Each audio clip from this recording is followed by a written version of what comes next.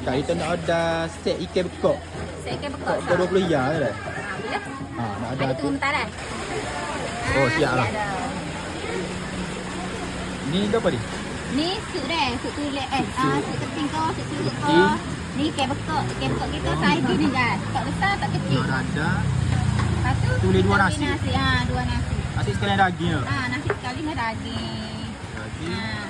Gini 20 ya. Hari ini 20 riyal dah kita nak. Boleh makan apa lagi? Boleh makan 2 orang. Dua orang, ya? Hari 3 orang, tambah nasi besar je. Okey. Tambah nasi besar 4 riyal jadi 24 riyal.